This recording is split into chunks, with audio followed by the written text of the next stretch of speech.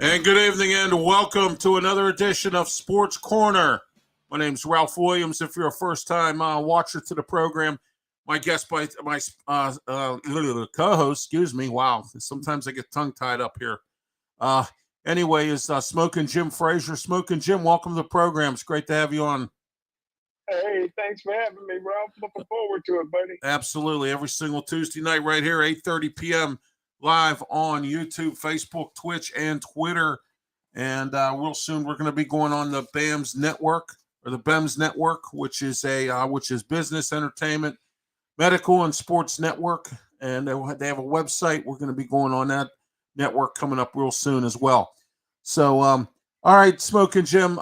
Tonight we were supposed to have guest Peter Blake from Tampa, Florida. We were going to talk about the Buccaneers. Hey, Smokin Jim, did you hear why Tom Brady's leaving Tampa Bay? No, I didn't. Yeah, because he had to pay a Buccaneer for corn. I like that.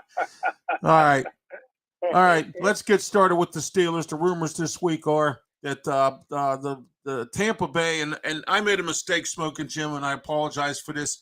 I had a guy who emailed me and said that, or text me, or got me on Facebook. I think it was Facebook, more or less. Said to me, Ralph, he says, Brian Leftwich has just been fired immediately after the game yesterday. Well, he has not yet been fired. And they try to question Todd Bowles today, the head coach, and he wouldn't give many answers and about anything with coaching, typical mediocre Mike here, and with that stuff. And we'll get to that in a minute about why the players and the coaches have not been interviewed yet. Mark Kaboli from the Athletic has reported today, Smokin Jim, that mediocre Mike hasn't interviewed the players or the coaches because he's been off for personal reasons. So what's your thoughts on this? What kind of personal reason do you think he has to be off this week? Well, I don't think there's any excuse for one, if you're anticipating to be in the playoffs, you wouldn't be off this week anyway. Now, unless there's a death in the family or something like that, you want to, put an end to the season as quickly as possible to move on to what you need to do in the off season. Oh, absolutely. And, now the Steelers are behind the 8 ball, and the Matt Canada watch is still going on. Smokin Jim, now we're hearing these rumors, and again, the Byron Leftwich thing, as I just discussed, has come into play, that he might be coming here to Pittsburgh because Mike Tomlin is friends with Byron Leftwich. I found that out, and being that he's friends and he'll probably be a yes man, do you think Byron Leftwich could come here when Canada's fired? Oh, anything's possible.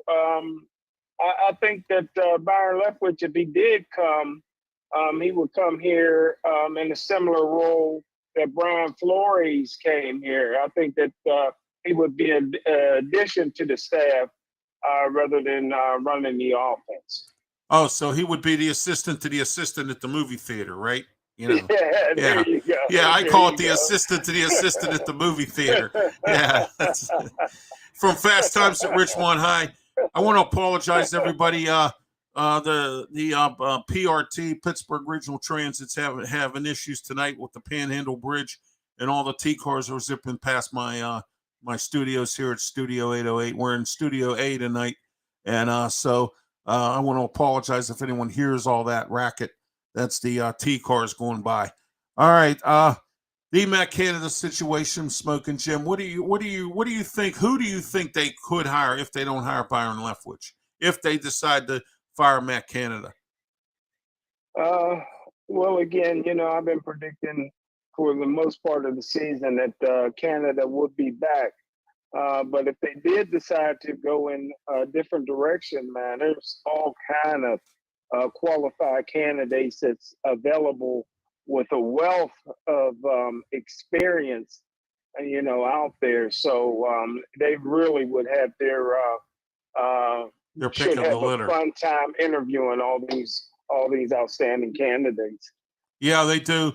I hear Pep Hamilton's available, and I know Mike Tomlin and Pep Hamilton are friends. He went to Houston to work with Lovie Smith. I heard he was fired along with Lovie Smith and the rest of the staff down there, in Houston. So I'm hearing he's available. He was one of the candidates before they hired Canada to be the offensive coordinator here or quarterbacks coach, and they went with, and then he got hired down in Houston, and we ended up with Mike Sullivan, who's our current quarterback coach from the New York Giants.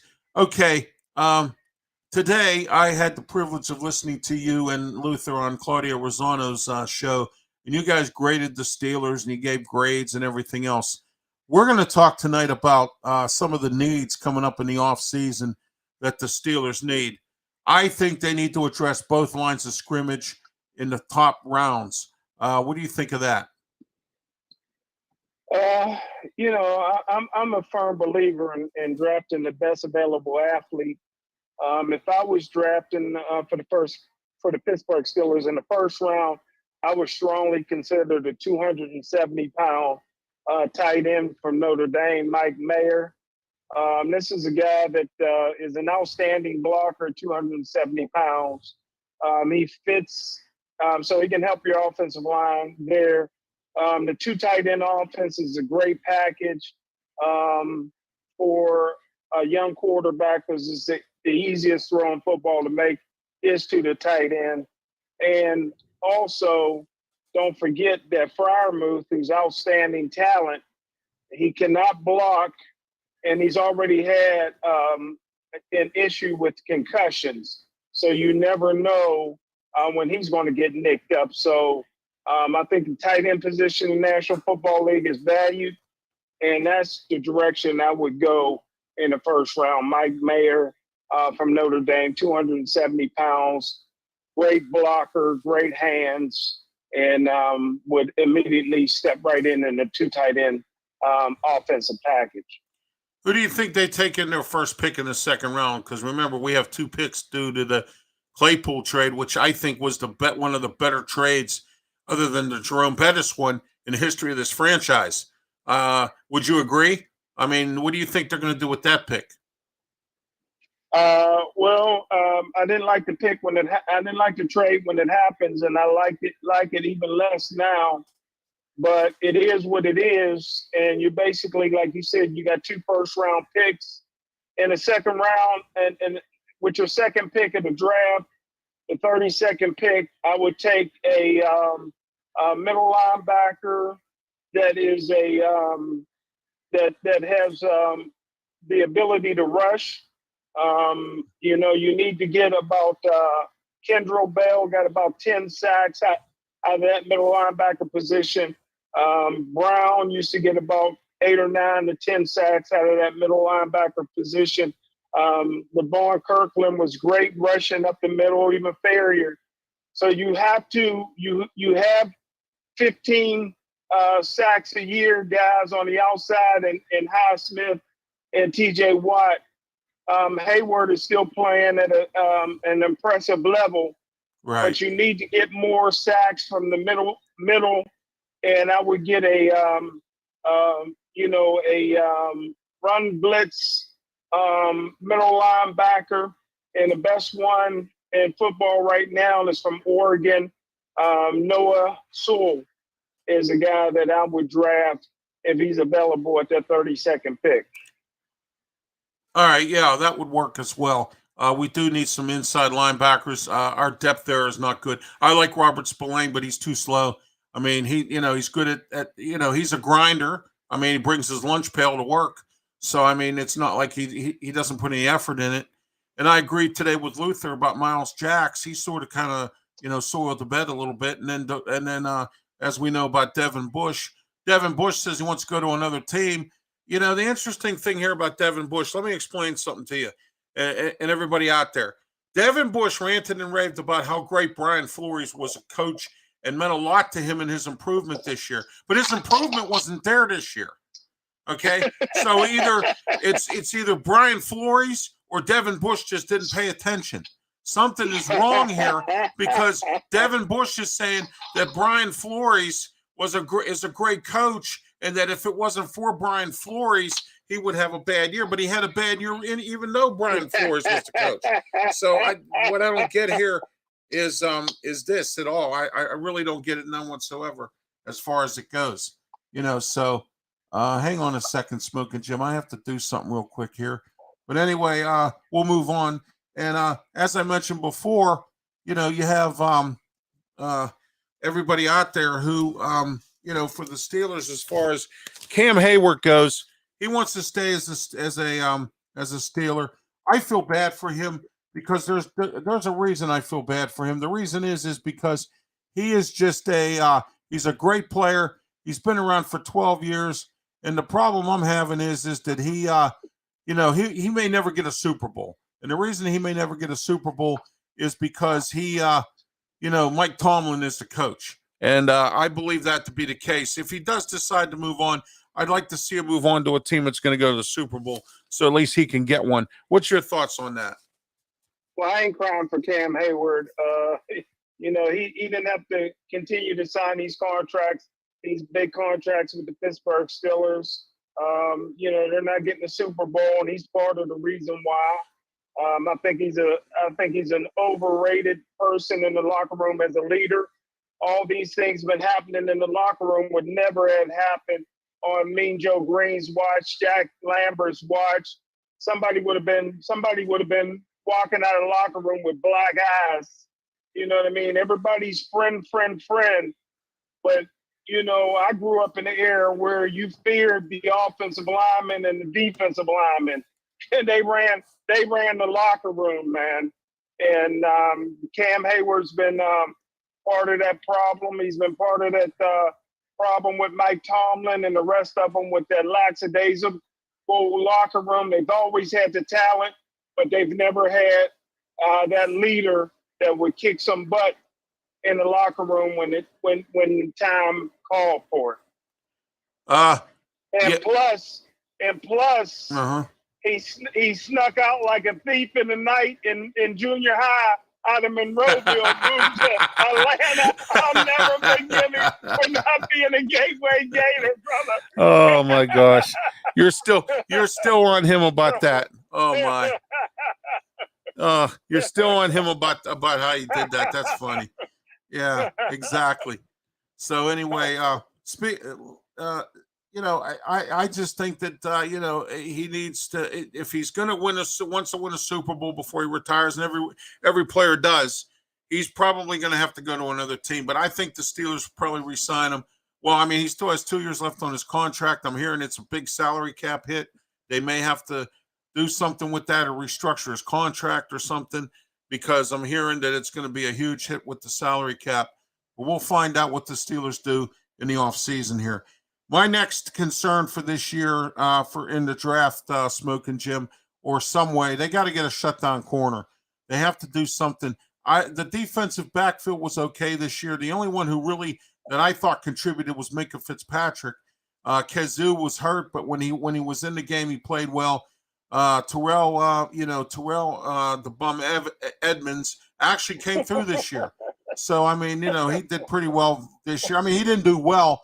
I mean, and the thing is that really gets to me here, Smoking Jim, and I think you'll agree with me. These fans really make it, and some of this other media make it look like Terrell Edmonds had a Pro Bowl season and he's going to go to the Pro Bowl and everything else. And he really, I mean, he had a mediocre season, but he didn't have, a big season. And I agree with you. They need to bring his brother Tremaine here. He's going to be available if they can. Also, I think they need to get some special teams help. They need to go out and get a really good kick returner, somebody who don't fumble the ball, somebody who don't, oh my gosh, man. And I agree with what Luther said today when I was listening to Claudio's show. When you and Luther were on with Claudio, I think we need to look at another punter. I mean, I've said this many times. They brought Presley Harvin in here, and they don't use him as a weapon, for a fake kick or fake punts like they should have when he was in college. And, you can't have a 70-yard punt like Luther said and then have a 20-yard punt. You can't do that. It's not going to work. But at least it's not as bad as Dallas. Their field goal kicker missed all the extra points. Oh, I thought that was hilarious. He missed all of the extra points. I couldn't believe it. Oh, that was crazy. So anyway, we'll talk about the playoffs later on as we go. I also believe that they need to get an experienced, better backup quarterback. What's your thoughts on what I think they need for this year? Well, let me go back to Hayward real quick. Listen, you got a pencil neck as a general manager in Omar Khan, so he should be able to. That's his job. The numbers is to cruncher. figure, yeah, that's his job is to figure that out, man. Yeah. And get these guys, under the salary cap. But yeah, I agree with you about Terrell Edmonds. The guy came up with 0 interceptions on the year. He plays the same position that Donnie Shell, Carnell Lake, and Troy Polamalu plays. He don't resemble any of those guys. And but again, I would suck up having for another year if we would somehow got his brother to sign here. There's no way I think Buffalo lets him out of town. They'll franchise him or something. Right. That'd be crazy to lose that guy. But hey, I agree with you, man. I think the best rookie quarterback in the National Football League is a kid from San Francisco and Purdy. Yeah, Brock Purdy. Yes, he's pretty sensational. There's some quality quarterbacks on San Francisco's roster. Maybe they'd be willing to trade those guys. I know they're not going to be happy sitting the bench next year. And there's some opportunities for the Steelers to get a quality backup. And again, even if you think that Kenny Pickett is your franchise player, 7 touchdowns in 13 games, I'm not convinced. But even if people think that he's your franchise player, he did have 2 concussions. He's in the same boat as Tua right now. Another concussion or 2, and his career may be over. So you better get somebody in here to step in just in case you get injured. Also, there's a big quarterback draft this year, Smokin' Jim. I hear there's plenty of quarterbacks to go around. I think the Steelers maybe in the late rounds or middle rounds need to look at one. Again, they cut that kid that they drafted from Montana State in the 7th round. They didn't even give him any playing time at all during the preseason because they were too busy worrying about trying to do a quarterback competition instead of just naming a quarterback at the beginning. What do you think about Mitch Trubisky? Do you think they're going to re-sign him, or do you think he walks? Well, again, Ralph, you was on the cutting edge. You're the only one that I heard in the media. You said it immediately after the Steelers backstabbed that kid. That kid threw a nice football. He threw a very tight spiral. He had a great college career. Yes, he did. And they cut him without giving him an opportunity. He was supposed to play in the 3rd preseason game. Yes. Coach Tomlin lied to him like he's been lying to a lot of these players. And he could have been your Purdy. He could have been your guy. That's right. He could have been your backup quarterback, or he could have been a guy that pushed Kenny Pickett all along. Right. Yeah. They gave up on that guy. You're the only one that said it. You said it right away. And you're saying it again. And now the Pittsburgh Steelers are going into the draft again, where they're probably going in the late rounds. They're going to probably have to draft another quarterback when they have one. Exactly. All they had to do was put him in the game, and he would have proved it. Right, exactly. They never gave him an opportunity. They called him a camp arm. Now, if you want to get a camp arm, what you do is you go to one of them undrafted rookie free agents. But I'm going to tell you this, Josh Dobbs might be available again. And, he played for Tennessee a few weeks back. And, he looked pretty good. I think he played for the Browns once, this season. So he's been around the block and up and down. And I guess the turf toe's gone because that's what he had all last season. So, he's been the odd man out here many times. I don't think he'll come back. I think he's been here too many times. What do you think about Trubisky? Do you think they're going to cut him, shed his salary, get rid of it, or whatever they're going to do? Because I hear there's $8 million involved in this. Well, listen, Ben Roethlisberger never liked any quarterbacks that they brought in to play behind him. Ben's a competitor. He's never helped any quarterback. There's only one quarterback that Ben loved and that was Joshua Dobbs. Because Joshua Dobbs, for two reasons. Number one, he was no threat to take Ben's job. Joshua Dobbs, number two, is a genius. He's probably in the top 1% of brain power in the world. He's a Rhodes Scholar. He could be working for NASA right now. The guy is a legitimate genius. His IQ is off the chart. And this is a guy, don't forget, a year ago, even though he didn't dress for any of the games, Ben would still have him at all the games because Ben would sit by him in between offense and defense of the units, and he would sit there, and him and Joshua Dobbs would go over the things on the tablet because Joshua Dobbs is that kind of genius. So I would do whatever it took to bring him back because I think he could help the development of a young quarterback. Don't forget that Kenny Pickett had one of the lowest wonder stick lick scores in the history of quarterbacks. And so, you know what I mean? He definitely didn't go to Pitt to be a lawyer or a dentist. So he's just a football player out of northern New Jersey. And, some people call them dumb jocks.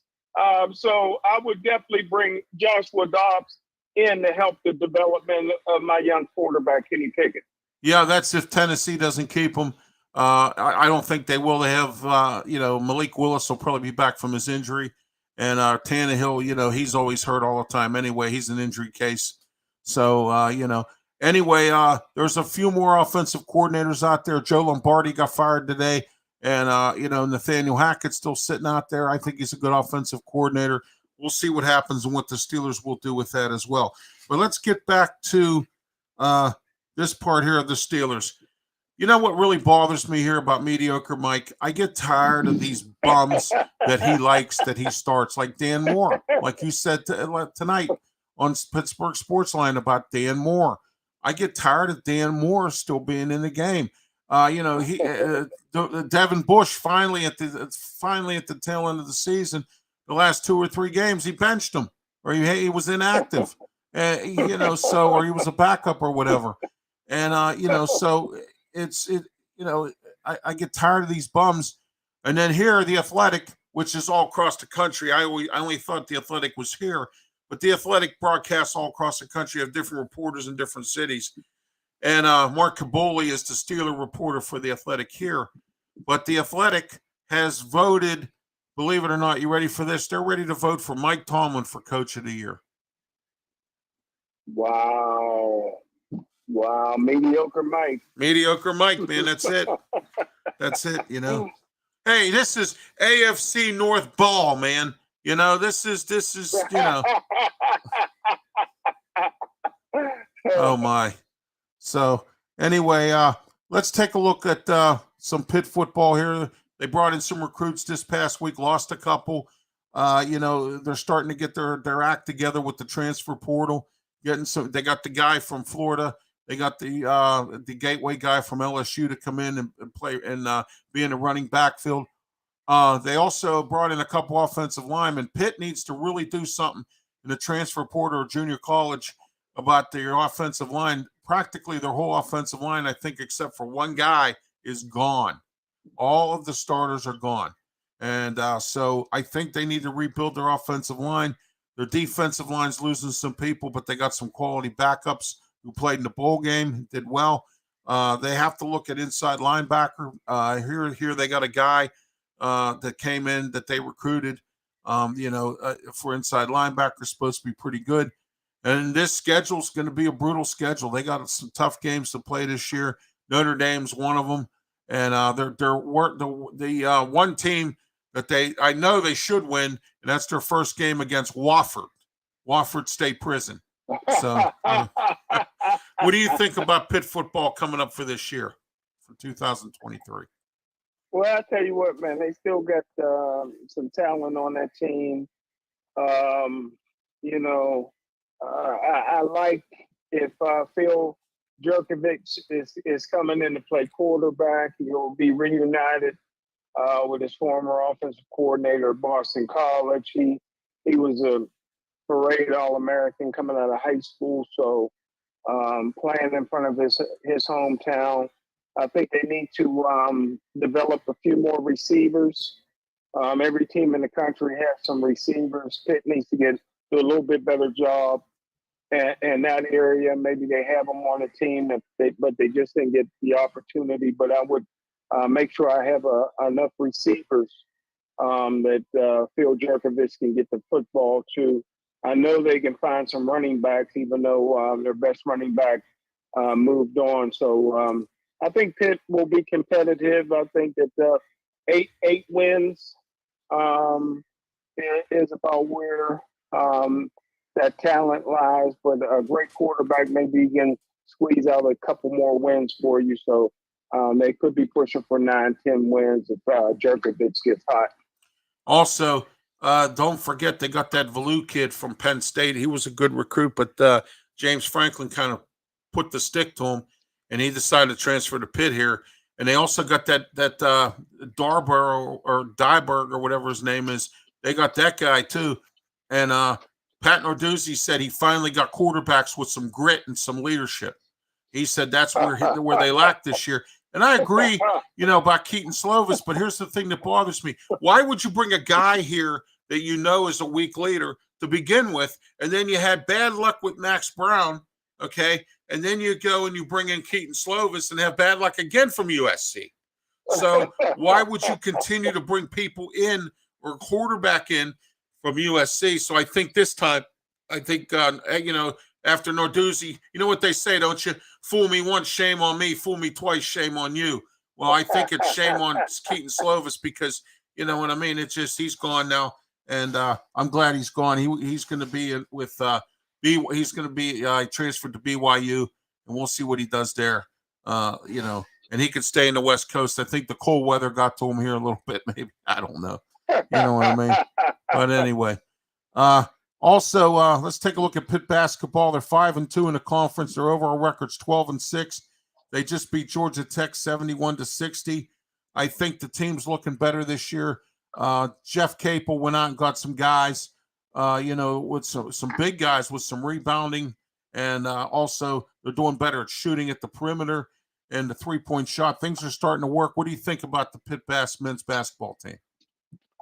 What the problem was with Capel is he was known as one of the all-time great recruiters. And he just couldn't recruit at Pitt. What helped him was being able to get into the portal helped him a lot. Right. The portal changed because now he can recruit these guys straight. Great job. They got off to a slow start. Right. But they're a tournament team now. They have to find a way to beat Clemson. That was. If they want to go far. I watched that game, Smokin' Jim. It was a tough game. It was tough to swallow. I mean, it really was. Yeah. So I watched that game. They have to beat Duke. I mean, you can't go down to Durham and lose to Duke. I mean, you got to beat some of these teams. And, so they beat Georgia Tech, which was a good thing. Right now we'll take any win as they come along for Pitt, but I think he's doing a better job this year. And he used the transfer portal to his benefit. I mean, last year it hurt him, but this year it's a benefit. They need to get John Hoogley back in there for some experienced leadership. He's been out most of the year. He's got some kind of an injury. And, so they got a few other guys back, which is working out for them. The women's basketball team, on the other hand, they're 0-6 in the conference, 6-10 overall. Last Sunday, they lost to Clemson, too, 72-57. Lance White, here we go. Smokin' Jim was supposed to be this big, again, recruiter. Came from Florida State. He was an assistant on the men's basketball team. Heather Lake brought him in, thought maybe he could, resurrect the women's program that Susie McConnell-Sierra buried into the ground for some strange reason. And, and we've had this discussion many times about Susie. I just can't believe how bad of a job she did at Pitt. I don't know what happened, and everything else. I do know one thing. They haven't been really prominent since Agnes Baronato, and I knew Agnes personally, through some circles. And, when it was sad that Agnes's last couple of years, she brought in some former Pitt players who couldn't recruit. They used to play for her team, and that was her major problem right there. So, all right, Duquesne men's basketball, they're doing pretty well. 3-2 in the conference, 13-5 overall. Keith Danbroth's got them moving along pretty good. They beat St. Joe's 92-80 last week. Tomorrow night they play St. Bonaventure and Mark Schmidt, former Robert Morris coach. What's your thoughts on their men's team, Duquesne? Well, I tell you what, man, they got a really good coach. He was LeBron James's coach in high school or whatever have you, and the guy is just he got a great system everywhere he's gone, from Akron to wherever they won. He's a winner, but like you said, it's very difficult to get talent at Duquesne. It's not an easy school to get into. They pride themselves on high academic standards. So he's not always going to get the best kids, but he seems to be able to coach them up. I enjoy that conference. Dayton and Davidson and some of them schools. Richmond's always had a good team. So is Dayton. Exactly. Yeah, you're right. It's fun to watch. Oh yeah, Temple's gone. Temple's gone from the Atlantic 10. They're in the AAC.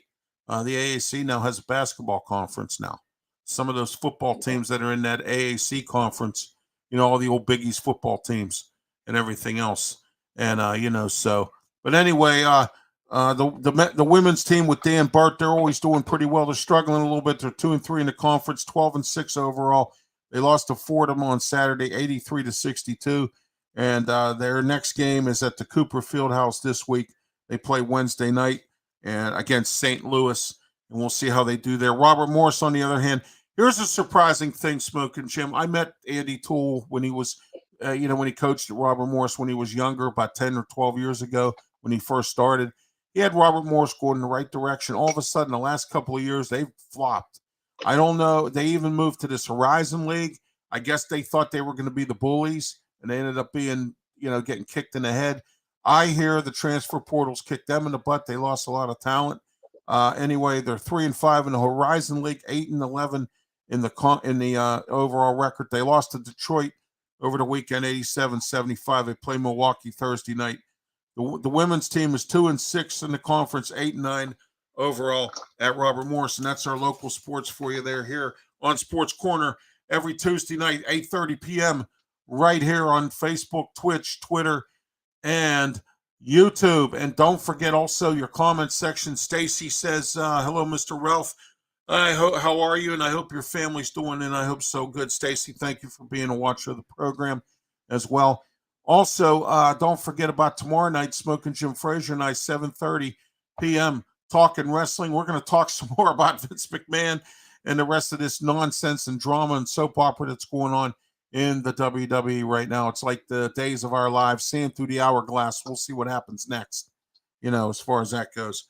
So anyway, all right, Smokin' Jim, let's talk about these playoff games from this weekend.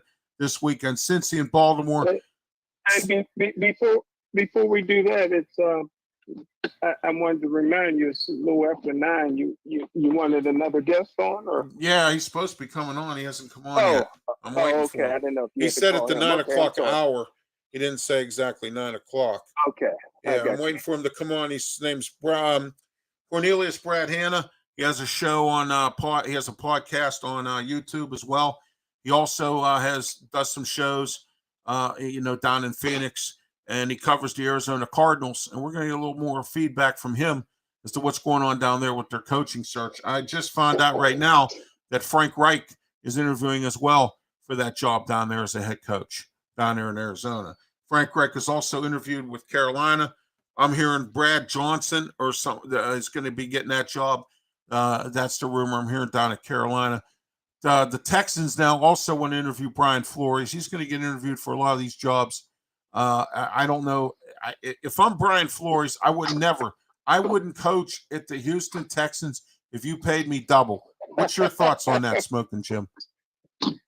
Well, if I had coaching experience, I wouldn't coach at Houston. But I tell you, for 1 year for $7 million, I'd give it a shot if it was my first head coaching job. Yeah, there you go. All right. Also, Speaking of the games, let's get into the playoff games right now. Cincy 24, Baltimore 17. What was your thoughts about this game? I tell you what, man. How you say it, Ralph? AFC North ball. Yeah, yeah, I know what you're saying. So yeah, but it's it was tough. It was tough. I tell you what, the inexperience of the quarterback. Yeah, Baltimore's getting ready to go ahead.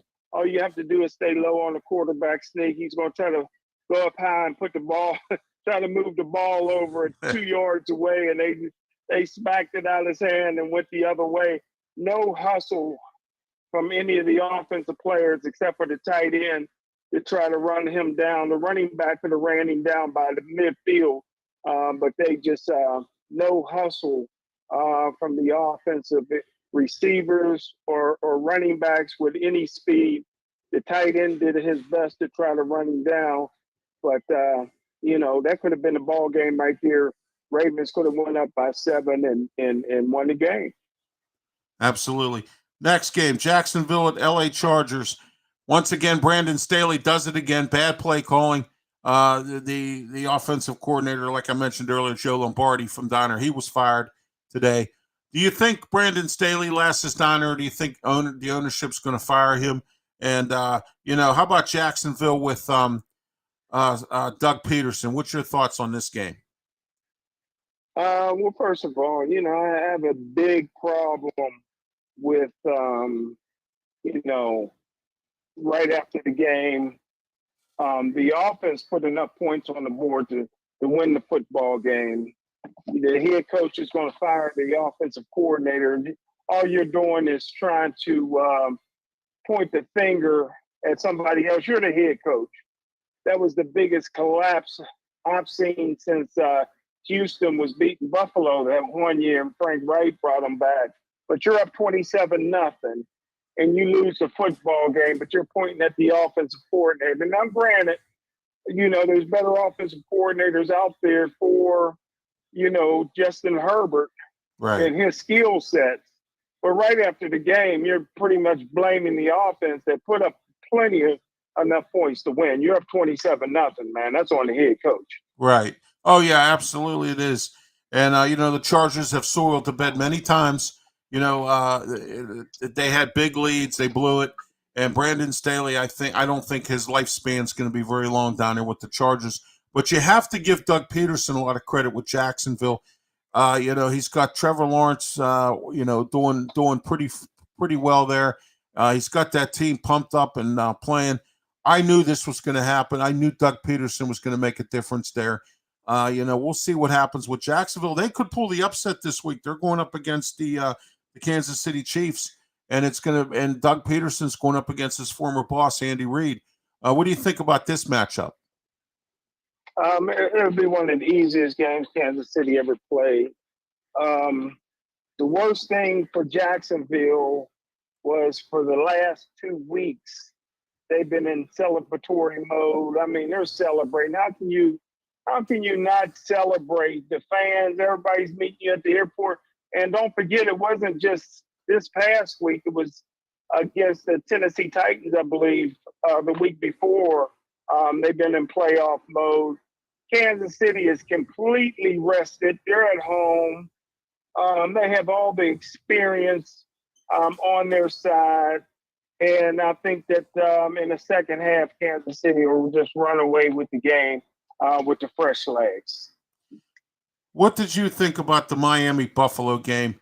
The win 31-20 or 34-23. Miami, I got to give Mike McDaniel a little bit of credit down there. He had them in playoff mode, but there was, for a first-year coach, everybody makes boneheaded mistakes. He made a few, and you know how that goes. And what did you think about that game and your thoughts on Buffalo? Well, I tell you what, and I know McDaniels is his late uncle, Kevin McDaniel, and so I know the kind of family that he comes from. But listen, There's only one problem with him, man. He's a very sensitive and emotional guy. Cares about his players, and you got to be like Vince Lombardi sometimes and treat everybody like dogs. and, and I think that his feeling. I mean, he loves Tua like that was his own son. Me, if I had a quarterback with the noggin of Tua, I'm looking for a replacement right now, man. You know what I mean? Right. Listen, Tua can fight for the job if he wants to. I'm not going to cut him, but trust me, I'm bringing in a 1A to quarterback my team, man. And I don't think McDaniels would do that. I think that his compassion for his players is going to lead to his downfall. He got a great system. Yes. Yeah. Man, that offense was fun to watch when Tua was healthy. And for him to go into Buffalo with a third-string quarterback and almost pull the upset, man, you got to give it to the whole coaching staff and the heart of the players. But again, man, there's no way I go on the next season and with Tua having no competition at quarterback. I'm bringing in the gunslinger, man. They're gonna have to do something with that. They're gonna have to do something with that. And then one other thing too. Remember when Brian Flores said he didn't want Tua? Management wanted them to draft Tua. Okay, I think Brian Flores saw something with Tua that no one else sees. He's Brian Flores is a decent coach, and he said he saw something with Tua that he didn't want him to draft him. The ownership told him to do it, or whatever. That came from Stephen Ross. But but we'll see what Mike McDaniel does with him if he plays the kitty kid role with him, and then somehow or another he gets fired by some stretch of the imagination, and you bring in some heart. But remember what happened in the late '80s with Bubby Brister? Remember when Tom Moore was his offensive coordinator, and they were buddy. They went and they had beers after the games and all that, and they went and broke bread at each other's house, just like Ben and Arians. Okay. Yeah. If you get that kind of a relationship going, and it can detriment you and it can help you, but what happens when the coach leaves, or what happens when the offensive coordinator goes? What happens there? Okay. We've seen it with Bubby, and we saw it with Ben. Okay. How many times, Ben had the buddy relationship with Arians, and then they brought in Haley, and then, that went down the toilet, and then, Randy Fichtner was supposed to, be this thing too, and his offense was stale, and now we have Matt Canada. And I mean, but what I'm saying is, that could happen down there. And I've seen it happen. You've seen it happen. We both have. Yes. And I believe that could happen. So we'll see what they do down there. Buffalo, on the other hand, I said this before and I'll say it again. Okay. Just like Trubisky with the Dwayne Haskins thing. We said it that we think his head wasn't straight because of it, of the tragedy. The DeMar Hamlin thing, despite the fact that it's not a tragedy, and he's getting better, and that's great. But I think their mindset is too much on this and not on the game. Okay?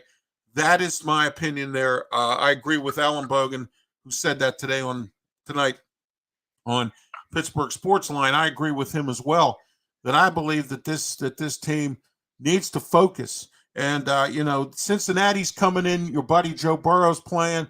He always comes through in the big game, despite the fact they have a weak offensive line yet again, even though they try to strengthen it a little bit. But Cincinnati could pull this upset. What do you think? Yeah, I thought Cincinnati was going to win the Moore Hamlin game. I thought they was going to beat Buffalo then, and I think they had the potential to beat Buffalo again. Again, he was the first one to say it, that Buffalo may not be the same after Damar Hamlin. They just can't seem to get their focus right.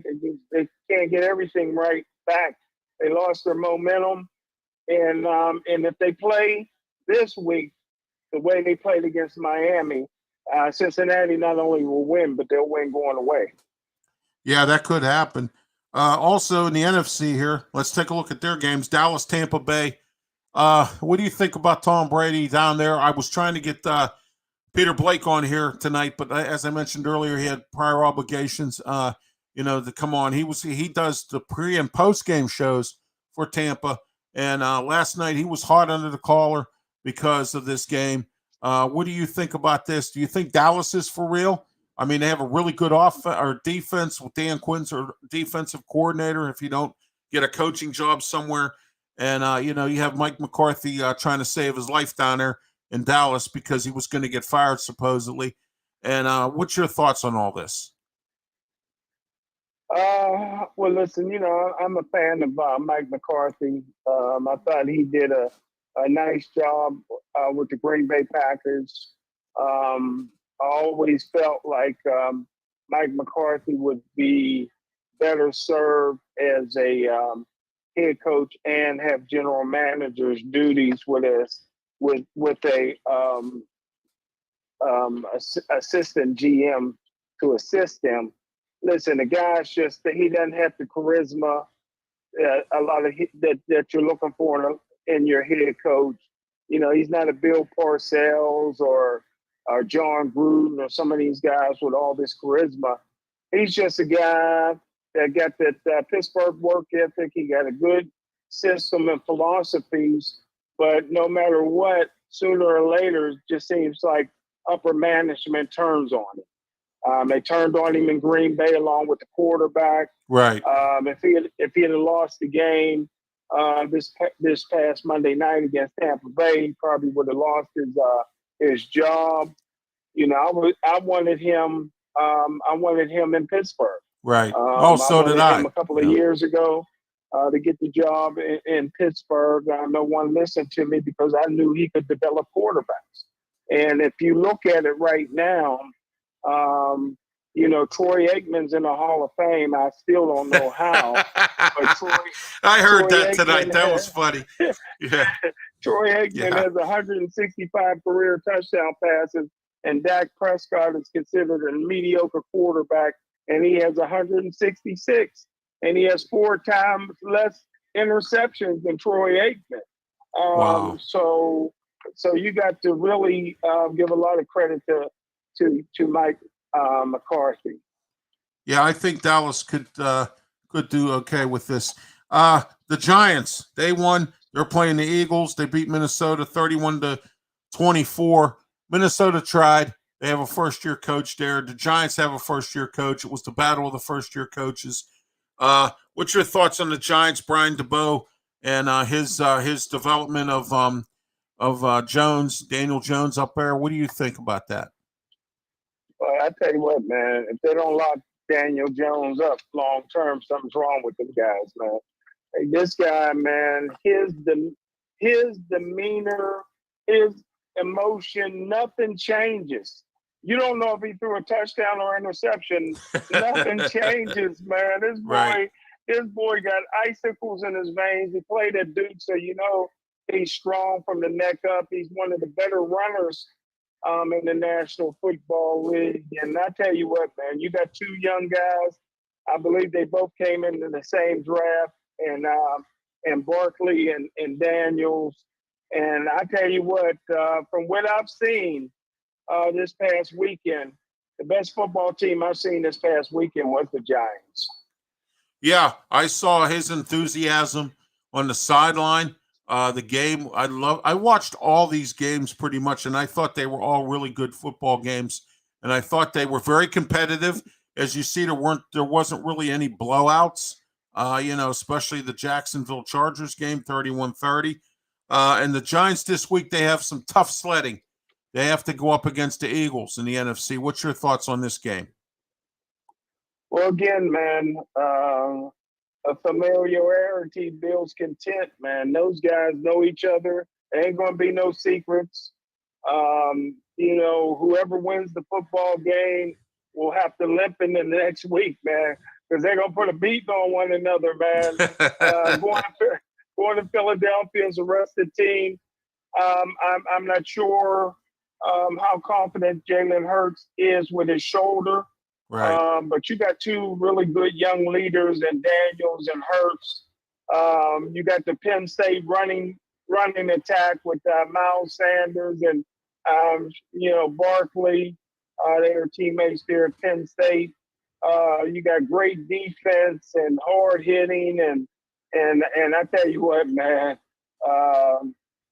Again, Philadelphia should win the football game, but again, the best team I've seen last weekend was the New York Giants. So I would not be surprised to see the Giants pull it out.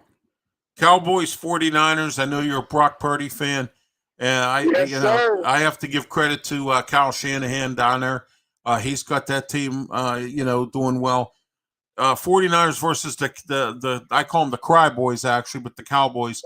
What is your thoughts on this? Well, on this game here, this is going to be a really good one too. The NFC games look good. Well, I think Dallas have to hope for a lot of things.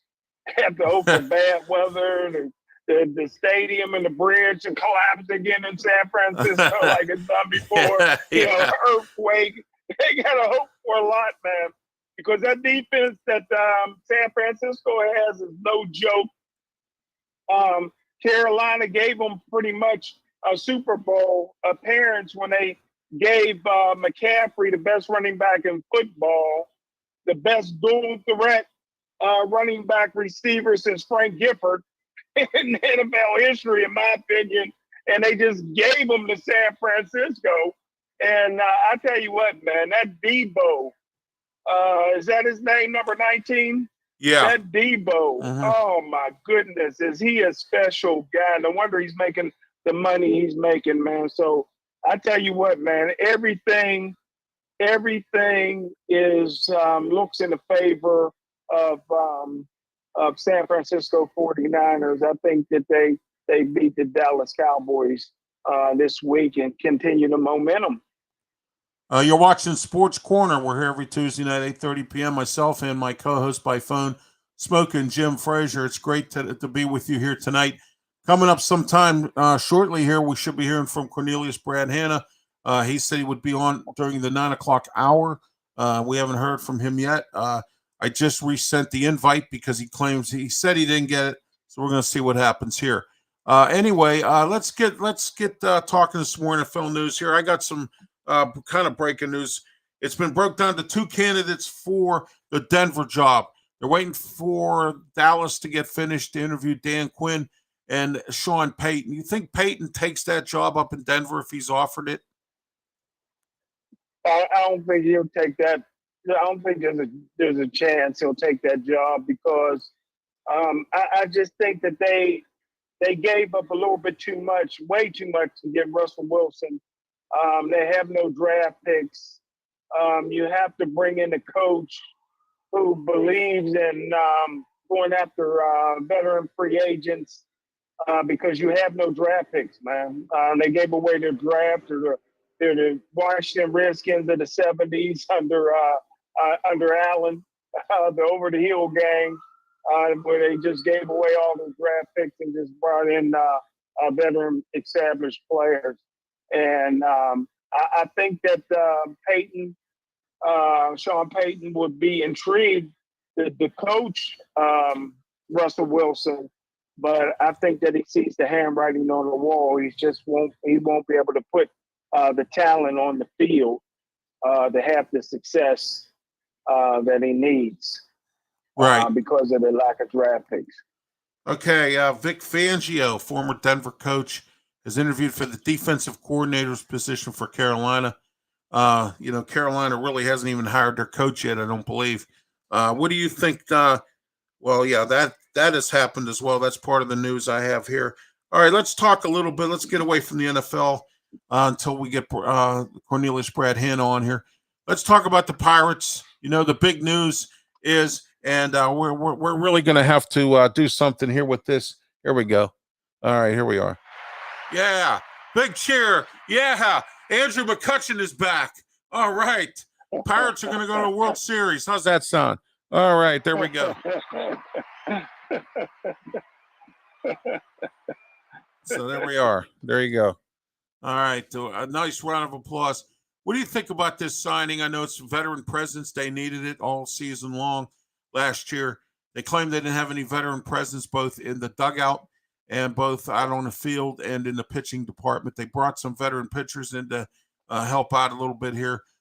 What do you think this year about the Pirates? You think they're going to still lose 100 games, or you think they're going to lose 99 or something, or do you think they actually are going to do something this year? Yeah, they'll be approaching 100 losses. I like the signing of McCutcheon. I thought that was ingenious for a few reasons. One, he's very, very close to. I think he's less than 30 hits away from going past Parker and Al Oliver on the Pirates all-time hit list. And those are two guys that's always talked about in the Hall of Fame. He had a great career here. I was the one that predicted the downfall of Andrew McCutcheon when he was one of the best players, if not the best player in baseball. He cut off all his hair for charity. And I said that that was going to be the end of him. He never should have done that. Everybody thought I was crazy, accusing me that has nothing to do with baseball, this, that. He ain't been any good since. Right. when the dreadlocks hit the floor, so did his career. And if I was Andrew McCutcheon and the Pittsburgh Pirates, I would change his number from 22 to something else. That way it would generate more sales of the jerseys. People are talking Pirates right now because of that acquisition, and that's always a good thing. That's a smart marketing move for the Pirates to sign him, and they should be smart enough now to change his number to something other than 22. That way you can sell more jerseys. Do you think that they're going to keep Brian Reynolds, or you think they're really going to try to trade him? I know he's unhappy about being here. He still has some time left on his contract, even though his agent said it. We haven't directly heard it from Brian Reynolds. We just heard it from his agent. How many times have you and I heard agents of athletes stick their foot in their mouth and say things that probably really aren't the case? Do you really think Brian Reynolds wants to leave? Well, to take a page from your favorite coach, Mediocre Mike. I want volunteers, not hostages. Right. If he doesn't want to be here, I would try all the way up to the trade deadline to get something of value for him that would make sense. But yeah, I'm willing to trade anybody that really doesn't want to wear the black and gold. Yeah, I think I really believe that this year they're going to be improved, but I don't think they're going to be improved by much. The Pirates, anything that comes out of Bob Nutting's mouth, as long as his mouth's moving, he's a liar. As far as I'm concerned, I'm not a big Bob Nutting fan because I don't appreciate what he does here. And the sad part about all this, Smokin' Jim, it's such a great place to go watch a baseball game. You've said it many times, but the only time I go is if, like, my mother wants to go, or our church used to go to games and pay for the tickets. That's fine, I'll go, but I will not spend any of my hard-earned money paying for tickets to go to a game because I feel that it's wrong. And we need to have more fans like me to send a message to Bob Nutting that this can't go on in here. And I've mentioned many times in the politic end of it, they've pissed the RAD board off so bad, the Regional Asset District Board, that they gave them money to fix PNC Park, but they have to pay it back by adding a $1 fee per ticket for taxes for the next 25 to 30 years. So that's going to happen. And also, the lease is up in 2 years at PNC Park. Whether or not they want the Pirates back is beyond purpose. There's been a lot of saying going on in the political parts that, the Bob Nutting's been given ultimatums a few times. Start getting some good teams here, or we're going to have to do something. I don't blame them for that because we've spent too long without a winning baseball team. What do you think about this? Yeah, I agree with you 100%. It's just inexcusable when it comes from ownership. Like you said, they don't care. They're turning a profit every year. They're making money, and they could care less about the product that they put on the field. And I agree with you. I agree with you 100%, buddy. All right, let's talk about the Penguins a little bit. Chris Letang's coming back from his bereavement. You do know his father passed away. My condolences to his family. And so, sad to hear about his father dying. He also had a small injury. Also, Tristan Jari's out right now. He should be coming back soon. They have some guys coming back that, they just squeaked out that victory against the Anaheim Ducks. What do you think the Penguins moving forward this year? Well, like I said, I'm a big Penguin fan this year because they brought the big three back when they didn't have to do it, and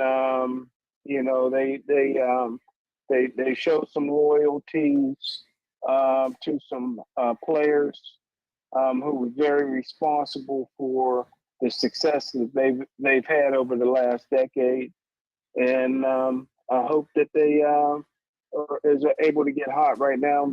Their backup goaltender is not playing very well. Oh, D. Smith's a bum. What you say? I said D. Smith is a bum. I can't stand him. Okay. The only reason they signed him was because it was the economic. I'm going to use a Mel Kiper term. The Steelers went the economical way. Remember when they drafted Jermaine Stevens? He said they went the economical way. So that's what the Penguins are doing right now, and they have too much money invested in the Rust, the Letang, the Malkin thing, and they have too much money involved in that. And I said it last year. They should have took a look at some backup goalies. There were a couple quality ones out there. They signed this guy from Buffalo, Majorski or whatever his name is. He came in relief with D. Smith, but then he played one game and we lost 5-1. So I don't know what's going to happen going forward. But D. Smith's not a great goalie. I don't like him. I think he's terrible as a backup. Jari needs to stay healthy in order for this team to work. I don't think it can work any other way. What do you think? I agree. I agree 100%, man. You nailed it. Yeah, it's also management. It's been talked about many times. I've said this many times because I heard it from, we heard it from Matt Venzel that, the Fenway Group has put everybody here on, the Penguins organization on probation because, they want to see what's going on for 1 year and find out where they need to go. The surprising part about it is, remember when we were winning Stanley Cups, we had Bob Johnson, and then we had a few other really good guys that came in here and and did some things. And so back when we were winning Stanley Cups, we really do have a pretty good personnel. Brian Burke is supposed to be one of the best in the league, and I don't even know what he does for the team, but it seems like they're doing nothing at this point.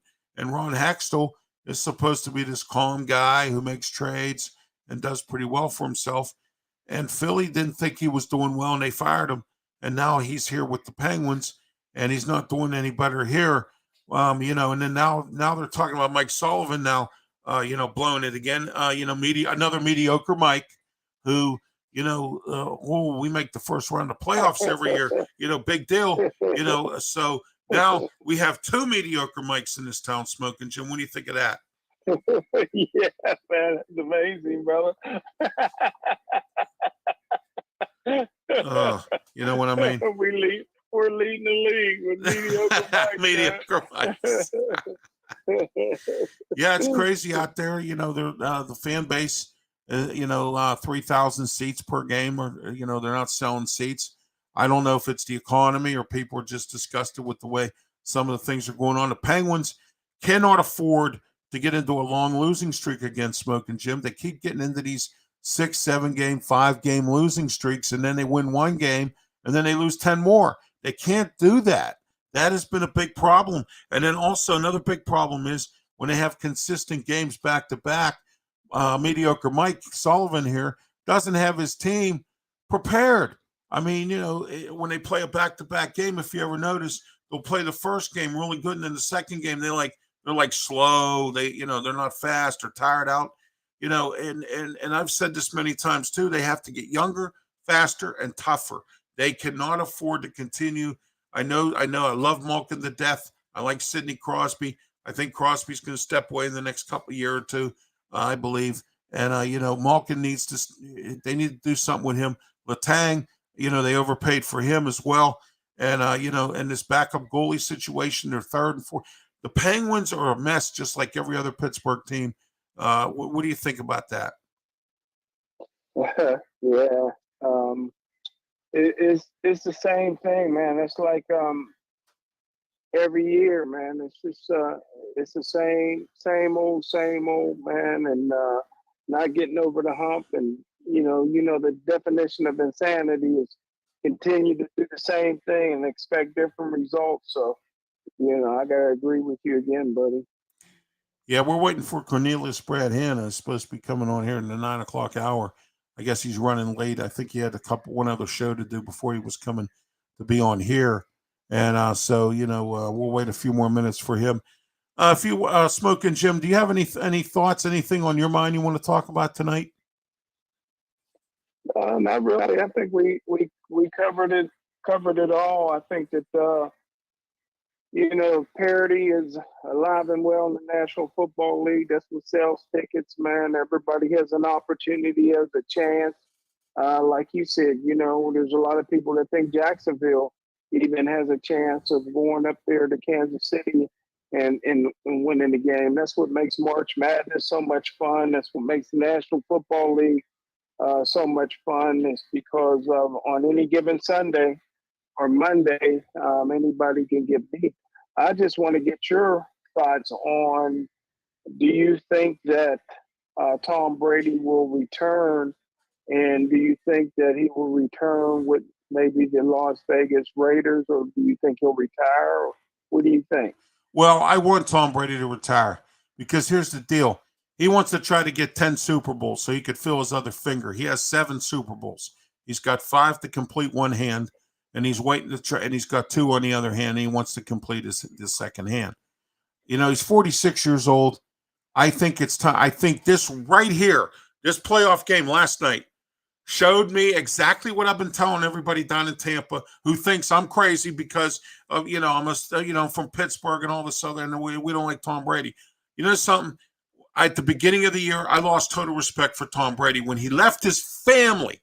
He left his family and his wife because he's greedy and he wanted to play another year of football. I've said this many times. If I have the money he has, I'm 46 years old. I am not playing football. Do you see what I'm saying? This guy is totally just greedy. He shouldn't even be playing football after some of the scams he was involved in. The Deflategate, the thing with the Steeler game when they had that whatever that thing was, that Spygate and all that. Belichick was only fined $40,000. He should have been kicked out of the league and not allowed to coach, and Brady should have went with him. Then I started having just a little respect for him a little bit more because he's big game Tom. He comes through in the clutch and everything else, and I had respect for him for that. Then I lost respect for him again this year because he abandoned his family to play football. And I thought that was wrong. Family should come first. And when you go ahead and do that, and you were greedy, and you did what you did, then you let the Antonio Brown thing get completely out of control at your home. From the stories we're hearing about how he ran around her house naked and skinny dipped and did all this other stuff. You know what I mean? That's disrespectful. If that happened in my house, I'd kick him straight out the door. So what I'm saying is, this is the kind of stuff, the drama and all that's involving Tom Brady. I think he needs to go away in the sunset. I think he needs to disappear. He's trying to get them 10 Super Bowls, just like Ben. Ben played an extra 2 or 3 years thinking he was going to try to get a 3rd Super Bowl so he could beat out Eli and Phillip Rivers in, that draft that year. Phillip Rivers never got a Super Bowl and he retired. Eli Manning retired with 2, and he's tied with Roethlisberger. Roethlisberger tried to get 3, and he couldn't. And, of course, anybody that plays for mediocre Mike Tomlin is not going to get a Super Bowl because I don't think this team will ever win a Super Bowl again unless they get somebody else in here. So, and we should have, if we would have drafted Dan Marino, Smokin' Jim, and let me ask you this. If the Steelers would have drafted Dan Marino, do you think we would have 12 Super Bowls or something like that? Quite possibly. Quite possibly, brother. Because get this, Smokin' Jim, we had in the 80s, we had some pretty much we had a few bums that played in the 80s as far as our quarterback went after Bradshaw left. Okay? And we really didn't have a franchise quarterback until we got Ben Roethlisberger. And Cowher made it work with Cordell, and he made it work with Russ Graham or whatever his name was. He made it work with Neil O'Donnell for a little while. He made it work with the other quarterbacks that he's had, Mike Tomczak and some of the other, the Tommy Maddoxes of the world. And he had some good assistant coaches and things like that. Tom Brady, if he wants to go to Las Vegas and make an idiot of himself, because I think that's what he's going to do, that's fine with me. He can go down there. Okay, that's fine. But you know what? I think he should just retire and step away. What do you think? Well, wow. I mean, how can I follow that, brother? That was great. That was great stuff. I'm a firm believer that these guys are wired different. It's in his blood. You don't play until you're 45 years old if it's not in your blood. I mean, he has a $375 million TV job waiting on him whenever he's ready. I think that if he's healthy, he has his former offensive coordinator in Las Vegas. He's single now. What better place to live if you're single in Las Vegas with money? And they have some weapons, and so I think that and what better place where it all started with the tuck rule. You go back and try to get a Super Bowl to Oakland that you robbed them from the Super Bowl many years earlier. So I think that he'll come back, and I think he'll come back as a Raider, or he'll retire. Oh yeah, absolutely. He'll be down in Oakland or in Las Vegas. Excuse me. Somehow or another, I keep on saying Oakland too. Anyway, Josh McDonough, I call him down there because he's so stupid. You know what I mean? It's just terrible. Some of the games he blew this year too.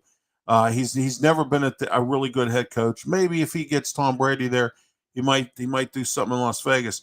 But let me ask you this: what do you think Derek Carr's going to do? Where do you think he's going to go? Thank you. I was just getting ready to ask you that. But Derek Carr be a fit in Tampa Bay. Yeah, that could happen. After all that, I was just getting ready to ask you that, brother. Great minds think alike, but Derek Carr would be a good fit, I think, in Tampa Bay. Tampa Bay still got the receivers and weapons. They probably need another running back.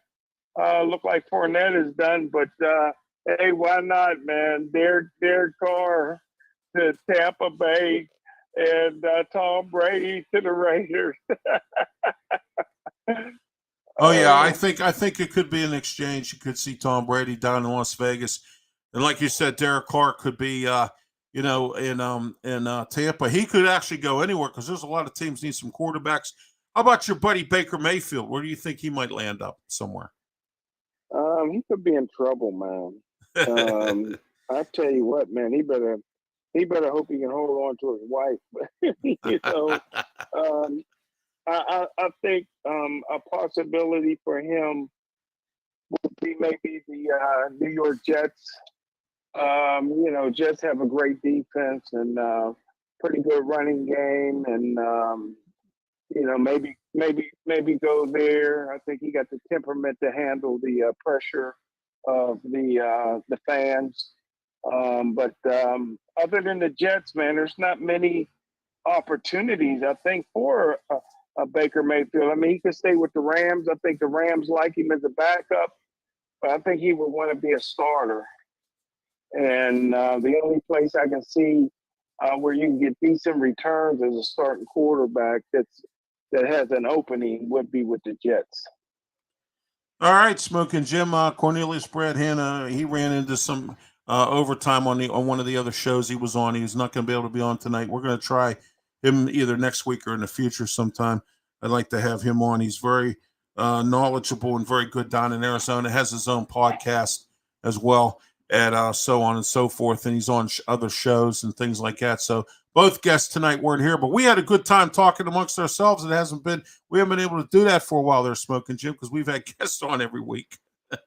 So through a whole show. I always enjoy talking, listening, and learning from you, Ralph. Yeah, likewise, brother. Likewise. And you gave the Steelers defense or something an F.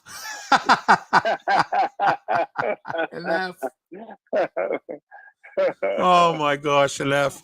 That was funny. You gave him an F. Oh geez. But some final thoughts on the Steelers. What's your thoughts for next year? Final thoughts. Well,